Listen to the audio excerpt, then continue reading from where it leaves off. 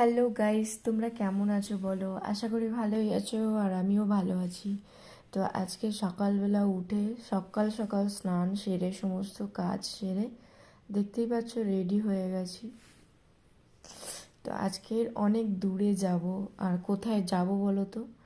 হ্যাঁ, আজকে যাব আমি কৃষ্ণকালী মায়ের ওখানে। তো 1 বছর ধরে আমি ভাবছি যে মায়ের ওখানে যাব একটু দর্শন করতে। তো দেখো সেজে গুজে বেরিয়ে পড়েছি সকালবেলা। আর আমি আমি যেহেতু গড়িয়ায় থাকি, তো গড়িয়া থেকে আমি হচ্ছে গিয়ে বালিগঞ্জে এসে গেছিলাম। আমি ভেবেছিলাম যে বালিগঞ্জ থেকে নেমে আমি বাসে করে হাওড়ায় যাব, হাওড়ার থেকে ট্রেন ধরবো, কারণ আমি না বর্ধমান কোনো দিন যাইনি। তো যাই হোক, তারপরে শুনলাম যে না, শিয়ালদা থেকেও যাওয়া যায়। আর আমি না ট্রেনের টাইম টেবিল কিছু দেখিনি। তো আবার ফোনে চেক করলাম অ্যাপে যে শিয়ালদা থেকে যায় কিনা। তো দেখলাম 10টা 15-র একটা লোকাল আছে।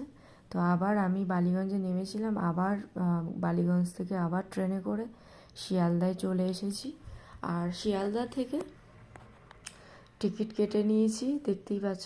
টিকিট কেটে আমি 10টা 15 ট্রেনটা ধরবো, বর্ধমান যাব। তো বর্ধমানে গিয়ে তোমাদের সাথে সব বলছি। তো তার আগে অনেকক্ষণ টাইম আমাকে শিয়ালদাতে কাটাতে হয়েছিল। শিয়ালদাতে অনেকটা টাইম দাঁড়াতে হয়েছিল, যেহেতু আমি অনেক সকালে বেরিয়ে পড়েছিলাম। আর অনেকক্ষণ দাঁড়ানোর পরে দাঁড়িয়ে থাকলাম। তো প্রথমে বুঝতেই পারছিলাম না যে কোন প্ল্যাটফর্মে ট্রেনটা দেবে। তারপর ভালো করে ঘুরলাম, দেখলাম, তারপর বোর্ড দেখলাম যেখানে ট্রেনের টাইমগুলো দেয়। আবার সেখানে অনেকক্ষণ দাঁড়িয়ে থাকার পরে দেখলাম। আর দাঁড়িয়ে থাকতে থাকতে হঠাৎ করে একটা মেয়ের সাথে আমার দেখা হয়ে যায়। ও এসে আমাকে অনেকক্ষণ অনেক কিছু জিজ্ঞাসাও করলো যে তুমি কোথায় যাচ্ছ, তুমি এই অনেক কিছু বললো। আমার ড্রেস নিয়ে অনেক কথা বললো যে তোমাকে ভালো লাগছে, এই ওই। যাই হোক, তারপরে আমি শিয়ালদা থেকে বর্ধমানে ট্রেন পেয়ে গেছিলাম। আর দেখো যেতে যেতে তোমাদের সাথে শেয়ার করছি, অনেকটা দূর, আর বর্ধমান গ্রাম, ঠিক আছে। তো হচ্ছে চারিদিকে শুধু বর্ধমানের ধান আর আলু চাষ, এটাই নাকি ফেমাস।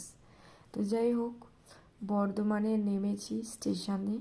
তো প্রথমে আমরা ভিডিও দেখেছিলাম যে 1 নম্বর থেকে নাকি যাওয়া যায় টোটোতে করে। তো বর্ধমানে নামার পরে আমি একজনের কাছে জিজ্ঞাসা করলাম প্ল্যাটফর্মে, যারা দোকান দেয়। তো ওরা